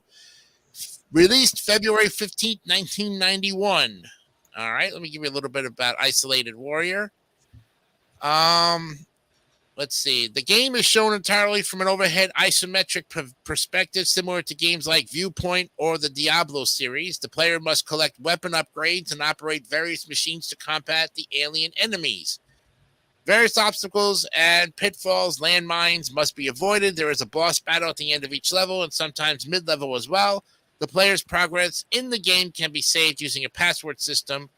Between some levels, images and text are displayed, revealing Maverick's thoughts or reminiscence about his life. So Max is the main character in this. And we went to the top of the list, so we start with Mark Leota this time. Okay. Okay. Let's see. Isolated Warriors. Yep. They definitely look like they're isolated. Well, it's actually Isolated Warrior, just one single. Oh. Yeah. I wonder how isolated that guy is then. Right? Looks like he's ready to bash him with a red club, according to the cover. Yeah, he's like, I don't know where I am, but get me out of here. Yeah. All right, 88. 88. Okay. That's a high B. Okay, Gianni, you're up with Isolated Warrior. Isolated Warrior. Haven't heard of this one. Okay, I like some of the screenshot of it. Okay. Cover art is a little weird. But yeah, I'm gonna give this one, I don't know how to explain it. I mean, there's a lot of weird things going on. Like, I don't know where he is, what most of the stuff is in the background. Even who this guy is, I'm like, I'm going to give this one 73. 73. Still a passing grade. Very good. Okay, Scott McVeigh, you're up. Isolated Warrior. Yeah. Okay. Well, this is a different type of game here. Like I said, Yep. kind of like it reminds me of Zaxxon or Viewpoint, as you mentioned before. Diablo series was the other Yeah, one. stuff like that. Though it's got that forced isometric perspective of thing as well. Mm-hmm. Characters look interesting. Bosses look really interesting though as well, and even kind of strange as well. The fact that it's even cutscenes is kind of a nice idea, though. It's a different type of game. If I went with the cover art alone, I'm thinking, yeah. Yeah, But right. looking at the rest of everything else here, looking at all the different images I've seen of this, doesn't look too bad, though, overall, though. Maybe something to try. I'll still give it a 77. 77. Okay, high passing C. Okay, Brandon Bogard, you are up with Isolated Warrior. Uh-oh! Ah, This is ridiculous. And oh my god. oh boy. So I read this. Isolated Warrior is a high-speed, uniquely developed game based on a 3D concept that features over 40 types of enemy creatures. 3D concept. Yep. That is a lie. That game fucking lied. Lied.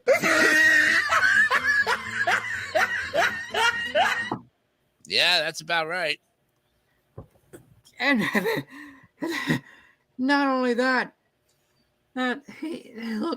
looking at the front cover, we have like a gold spider combined with a gold squid, then like half a skeleton's head combined with somebody who's like a shocked octopus. Spiky. I have one question for you. What are these things called that are like bombs but are shaped like coconuts? Acorns, I mean. Acorns. Well, not grenades, I know that. Bomb Yeah, nut. spiky grenades. Yeah. A coconut bomb is known as a bomb nut. Yeah. But still, they're in water. Would you like to put the game out of its misery? Spiky grenades in fucking water.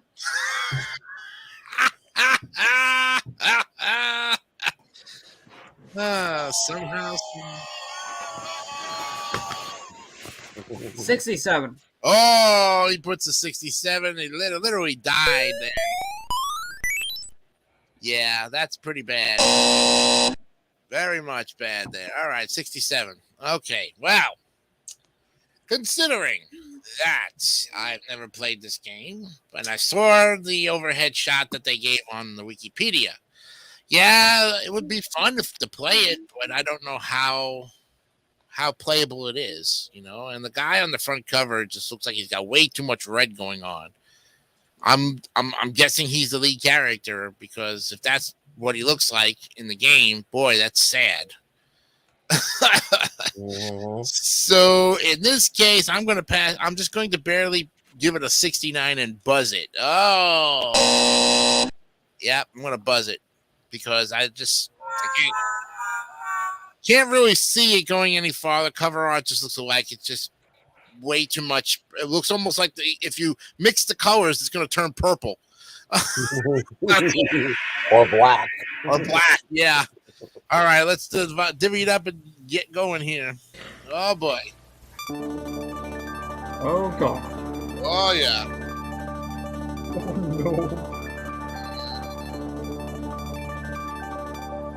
I think I've got all. Okay, well, this one's actually going to go in the C tier at 74.8.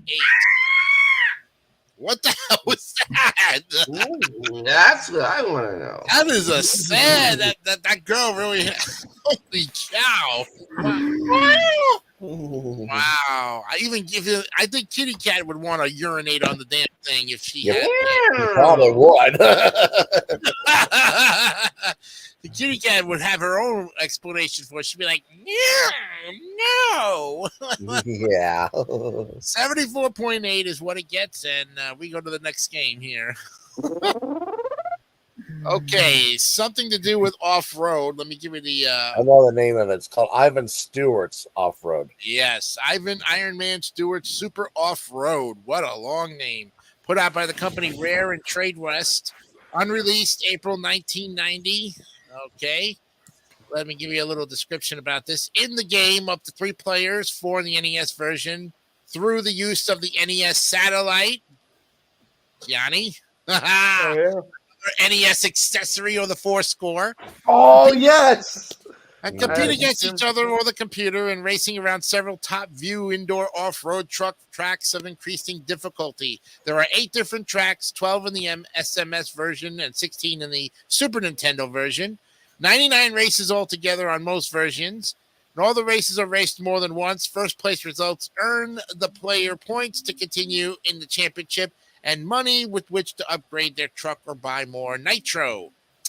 So we could basically say this was almost like RC Pro-Am or Rad Racer. The way it looks more like RC Pro-Am from the way it looks.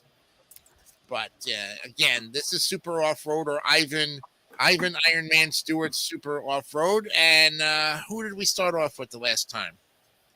Mark. Mark. So we start with Johnny this time. Johnny? Okay.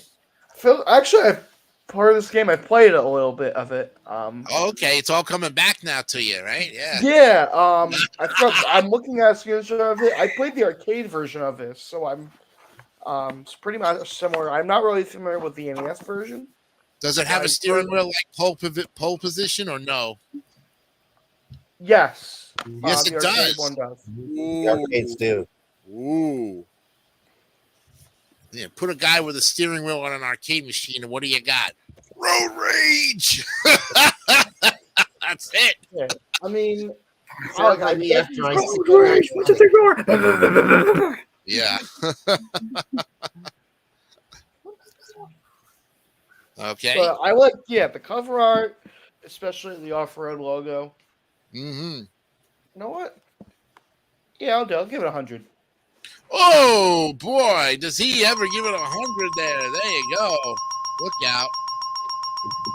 Wow, very nicely done there. 100 for Gianni. Yeah, this is put out by Trade West Nintendo. So yeah, Trade West, another great company.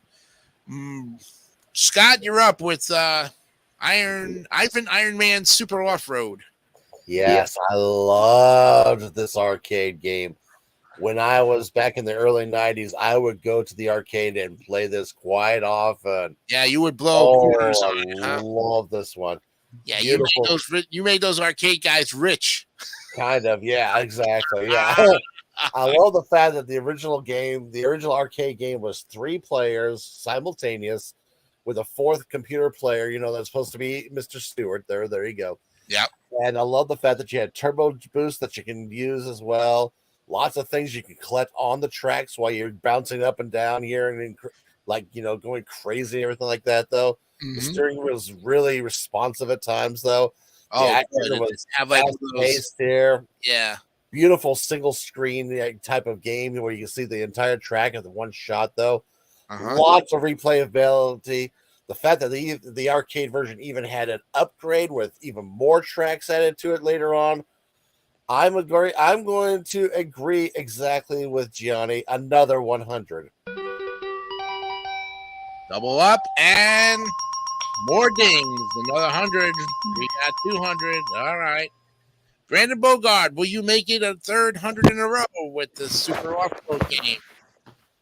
The answer is no, unfortunately. Okay, so we break the streak there. Okay, but basically, I'm looking at this. I do like the front cover, but the images in the back cover,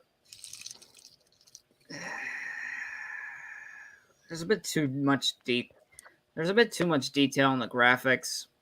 It looks a little more cheap. And unfortunately, to make matters worse, you thought my vision of Ballistic was bad enough. Here's one of the images. Each with 3 girls. Yeah, that's what you get at the end of each episode, each race. On- You get the trophy girls. Yeah, that's why everybody played it was the trophy girls. Man, they showed a lot of cleavage and a lot of and a lot of thigh and cleavage. Mm-hmm. Wearing those skimpy bathing suits. As I was saying, It looks like they're on half of a dirt bike.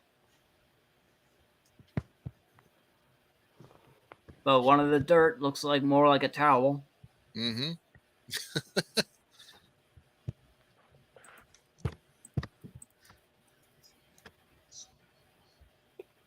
But overall, I'll give it 89. 89, still a respectable B. That's very good. Okay, Mark Leota, you're up with Super Off-Road or Ivan. Yes, Ivan's Super Off-Road game. Yeah, Ivan Iron Man Stewart. Yeah, definitely very nice, interesting looking truck there on the cover. Yeah. Yeah, these kind of games are usually pretty fun. Let's see. How about 89? How about a double? Okay, you're going to give it an 89 as well. Very good. Okay, we double up on that one. You got it. All right. Well, I've never played this one, but I did look at RC Pro-Am and Rad Racer, and I probably would like this game, and I bet you AVGN, he'd love it too, because he used the Power Glove with the RC Pro. Yeah, We did. This. forgot about that. Actually controlling it Would and making it. I bet you if you He used the would Power not- yeah, he would hate it this would be Power Glove. freaking hilarious, right? Yeah. Mhm. So if you owned an NES satellite and you had 4 players, you had pretty much fun, just like Mhm. Smash TV. Smash TV is coming up later down in the road. There, Smash TV is another great 4-player game. So these 4-player games, I mean, they probably, if you had a brother or 3, if you had a family with mom and dad and 4 kids, this would be a great game, Super Off-Road. Even if even the girls would get involved with it because it's truck racing, but still. I love the cover. It's beautiful. It's fantastic. 2 trucks going at each other, right there. And like you guys said before, a steering wheel in the arcade version. You know what that means? It's like pole position plus 2. It's got all the game. Even though I've never played it, I'm still gonna give it 100 because it's just really looks great in all of it. Or you there? Yep. Yeah. Come on. All right. Come on. There we go. So that's the third 100. We got 300s and 289s. I think we got a good one here, gentlemen. Let's look at it. Yeah.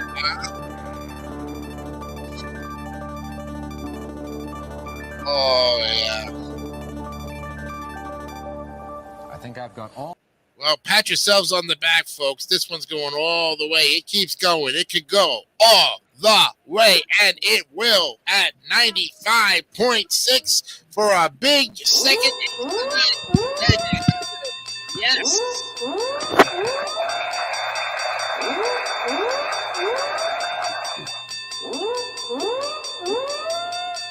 Very good. And what a way to end the eyes, gentlemen. You finished up the eyes in a big way. And now we go into the J's. Aha. With a and what game do you think we're gonna start it off with? But a golf game. Of course. This is golf. What a way to start the J's off with Jack Nicklaus' greatest 18 holes of major championship golf put out by Sculptured Software, Konami. Gianni Konami. Yeah. They're a good Yeah. company. So Every one of those. Yep.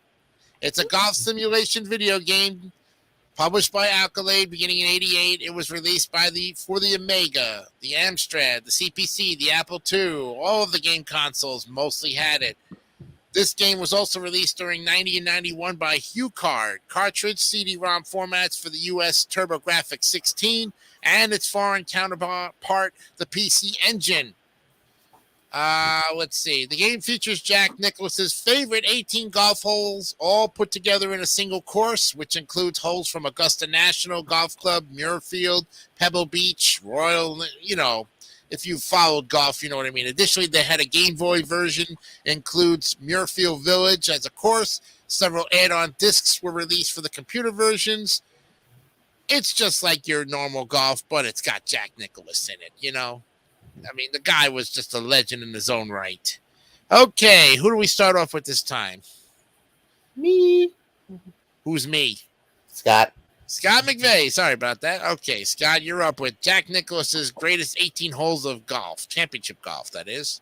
It's not a bad looking game, though. I mean, looking at the screens, I'm thinking it's got a good interface here. Yep. Lots of good things here. I love the fact that in between holes, Mr. Nicklaus himself gives you some good advice and some good comments about everything here. Yeah. What's hilarious is the fact that this is a collection of his favorite holes, not just one particular golf course or even several particular golf courses. It's kind of like a best of his favorite collection, which is kind of interesting, though, which makes it a strange type of golf course if one thinks about it. But it's still pretty nice. And again, we're talking about a good translation from a good computer game from Konami, originally from another company, Sculpture Software and Accolade and all that there as well. So that's pretty good. Mm-hmm. 90. 90. All right. A low A, but still a respectable one. Brandon Bogart, you are up with Jack Nicklaus's greatest 18 holes of championship golf. I thought it said Nicklaus at first. That's Nicholas. Oh. Okay, sorry, Jack Frost Nicholas. Yeah. Because it's spelled Nickalaus. A-U-S, Nicholas. Greatest 18 holes. Yep. How little is one of his holes? But the graphics don't look that great, really. Mm-hmm. If anything, it looks a little cheap. I'm gonna have to give this 73. Wow, what a difference of opinion. 73. Okay, still a passing grade, though. Okay, Mark Leota, you're up with Jack Nicklaus's greatest 18 holes of championship golf. You know how great of a golfer Jack Nicklaus was. Yes. All right, well, for an NES golf game, this one does look pretty good. Let's give this one an 84. 84. Okay, about a mid B. Johnny, you're up with Jack Nicklaus's golf game. Yeah. I don't think I knew about this one or if they had a golf game. Graphics kind of cool. I mean, mostly the cover. I can't find much of like the actual gameplay. But the Konami cover art is just fantastic. It's got those. Yeah, I mean, it's the same for Konami's known for that. Yeah. Yep. This is cool. I mean, it is Jack Nicklaus, being one of the greatest golf players. I do like some of the graphics from it. Actually, I'm looking. I can only find one from the NES one. Mm-hmm. But I'm gonna give, from what I can see, 88. 88. Okay, that's still a very reasonable score there. Very nice. Okay, I've seen Jack Nicklaus play. He's up there with some of the greatest golfers like Arnie Palmer and Lee Trevino. Greg Norman. Those guys. They were all in that. That whole group there, and Phil Mickelson. Don't forget Phil Mickelson. Yeah, Mickelson's always good. Mickelson's very good. Oh yeah.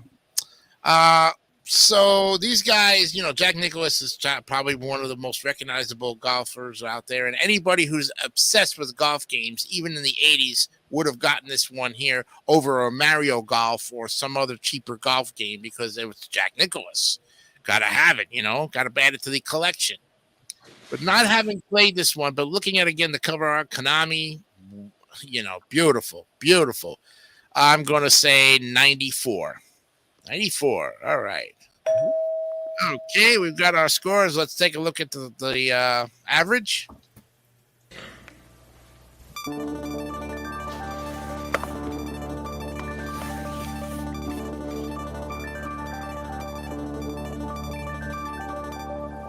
think I've got all.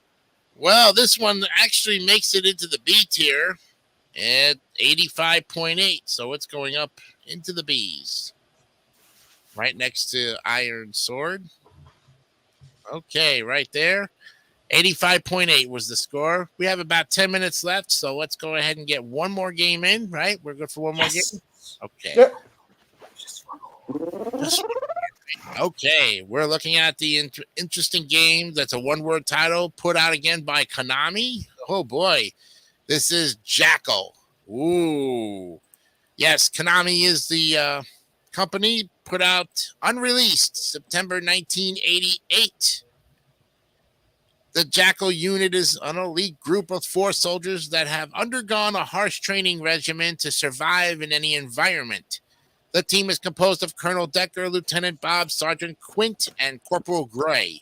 They have been given a mission to drive 2 armed jeeps into hostile territory in order to rescue and extract POWs. So Jackal can be played up to 2 players simultaneously. A second player can join in during any time, and the 2 jeeps are numbered on their hoods to indicate which player is in control. Okay, so this time now we go to the top of the order with Brandon Bogard. So, let's see. Your brothers in arms are hostages behind enemy lines, and you're their only hope for freedom. But the firepower you'll face to rescue them is awesome! Cannons, tanks, submarines, and snipers will blast you with horrific crossfire while jet fighters zero in from above. To defend yourself, you control the Army's advanced all-terrain attack jeep with its arsenal of guided missiles. That's not missiles. Missiles and incendiary grenades. Of course, these are merely tools, and to save your countrymen, you'll need more than a handful of gunpowder. You'll need a pocketful of miracles, and the ferocity of a jackal. Okay. So one of the images in the back cover, it looks more like they're fighting on a beach. Mm-hmm. I'll still give it a bit of a pass. 82. 82. That's still a very good, respectable B there. Nicely done. Okay, Mark Leota, you're up with Jackal, the video game. Is that like an ATV on the front cover there or something? It's a Jeep. It's a Jeep. Oh, Jeep. Yep. Jeep. Just Never really heard of this one too much. for that, you get a free city. Nicely done. All right. It's the second time now. All right. Let's see. That's right. How about 85 for this one? How about an 85 for Mark Leota? Good one there. Very good. Okay, we now go to Gianni Pizzi with Jackal. Okay. I've heard of this game. I don't know. I don't think AVGN has played it, but this game looks so familiar. Yeah, it looks like he has never covered it though. Yeah, James and Mike, Mike probably on the Monday version. He might have mentioned it, but I have no idea why. I'd never heard of this game before. Mm-hmm. But I'm gonna give. I do like some of the cover. I mean, it's a Konami game, so it's probably a good one. Definitely like the cover. I think I might play it for like a few seconds on an emulator. 76. 76. Okay. Very good on that one. And now, finally, Scott McVeigh, you're up with the Jackal. Yeah, arcade game here again. This is a pretty neat one. It was actually sometimes also known as Top Gunner, which is kind of a nice little idea. This is kind of fun here. You know, the fact that you got this Jeep here, for the most part, you can try to destroy most everything with your missile launcher and your machine guns. Kind of cute. I love the fact that you can save POWs and things like that. Plus, also the fact that even if you get destroyed, you don't power down too much, though, for your new vehicle. But it's pretty nice that way, though. Mm-hmm. And you can carry up to 8 POWs into it to waiting chopper, so it's helpful that way there as well. And that's actually how you can also upgrade your vehicle too. This is I love the artwork here. This is pretty. I like the the Jeep and everything, just like a good war machine here. I'll give this one a good 90. 90. Okay, very good. Respectable indeed. Nicely done. Okay, and finally for myself, I have never played Jackal. I've heard of it. I think these guys have probably covered. I've probably seen it on a long play just to get an idea of it. Another great Konami game. You can't go wrong with Konami in any which way, shape, or form. But this one was a little bit different on the art. They didn't have the black border on it like the other ones. You know what I mean? They didn't have the black stripes or the gray stripes. This one's a solid gray background though, with the Jeep, the two Jeeps driving, and they really look like they're ready to just jump all over each other. But when I think of jackals, I think of the jackalope from Funny Home Videos, right? Yeah, that's what I think of the jackalope with the jackrabbit with the antelope, the antlers on it. That's what I think. Remember that?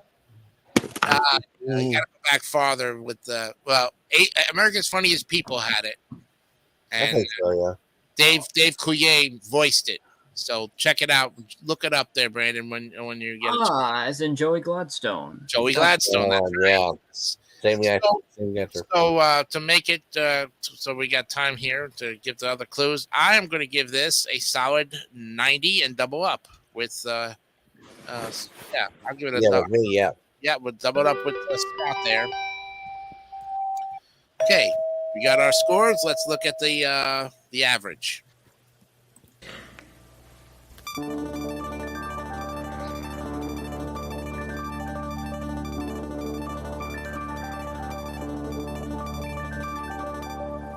think I've got all. Okay, well, this is the final game of the night, and it goes into the B tier. Nicely done. 84.6. Very good. Nicely done there.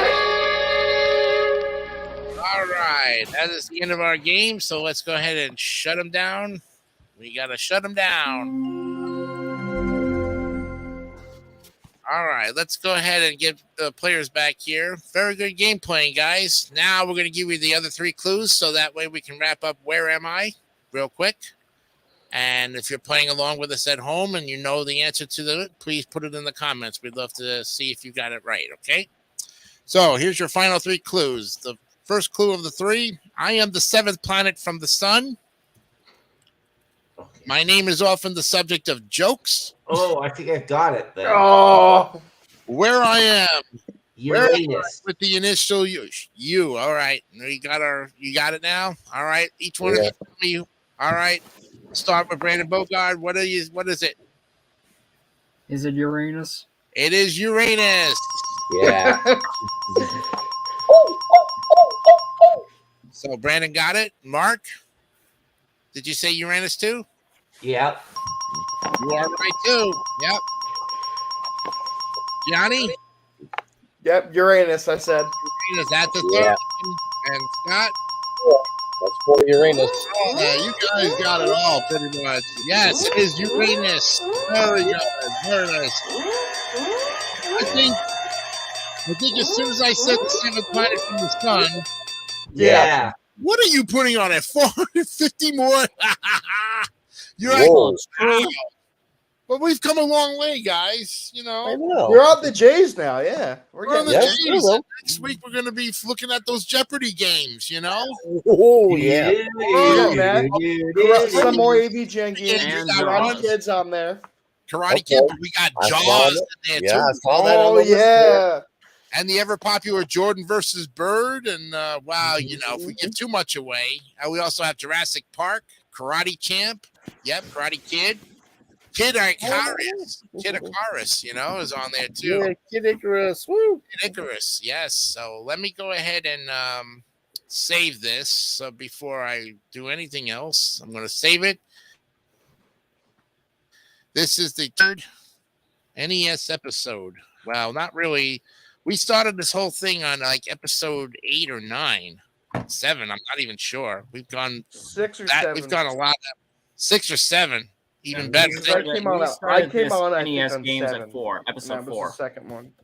Okay. Yeah, and I've only been there for maybe 4 or 5 episodes so far. Yep, this is episode 23, though. Let me save it right now before I do anything else. That way it's saved. The one thing I noticed is that my computer doesn't crash anymore because of the ad. I got rid of the ads, and that saved it. Now it's saved. Yes, It you was put on episode ad 4, 'cause blocker. I came pretty on- much. I came in on 5. Yeah. Yep. Oh, yeah, Johnny, that's right. You were not here until 5, so... The first. We Yeah, I only was not here for the first NES games episode. Yeah, we had and then of course we had Jordan came in to take over for Mark Leota when he went on vacation the 1 week, so that was good. And Jordy said he'll cover for any of you guys who need to go on break or take a break for that matter. Cool. I want to also, Jordy's been on, I think, for doing this 2 times. I think. yeah, think so too. You're right about that.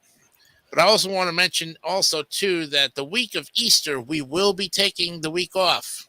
All right. To have some time with our family, and it's our spring break. Let's mark it that way for our spring break. I think it's been well deserved. Easter is the end of March, so another month from now we'll be there. I told David I'm going to give these guys off the week of Easter.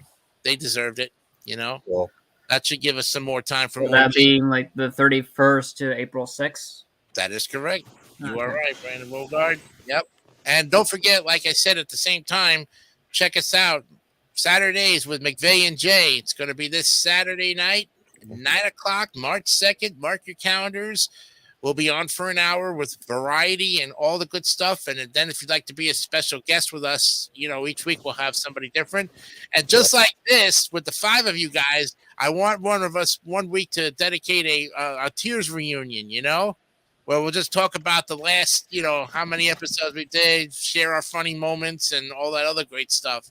And Exactly. we'll do that for an hour if you guys can Yeah. all show up on a Saturday night, unless you guys got a concert to go to. Hint, hint, Gianni. Probably. Some Saturdays I do, some I don't. Okay. So I guess while you I guys have at least one Saturday. I'll be right back. I have a few Saturdays. Okay, Yeah. See you guys. Whoever's live. Bye. Right. Okay. Exactly.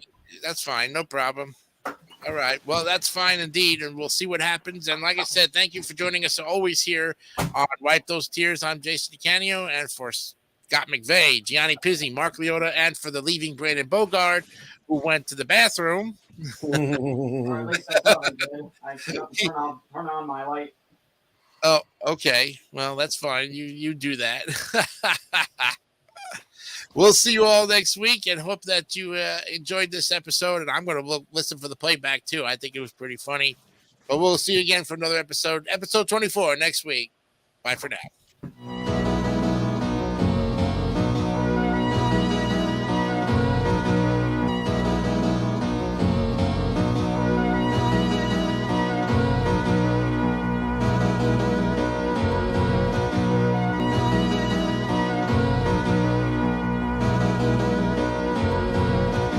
Don't forget to subscribe to the Gary Dawson Network for more great content like this one.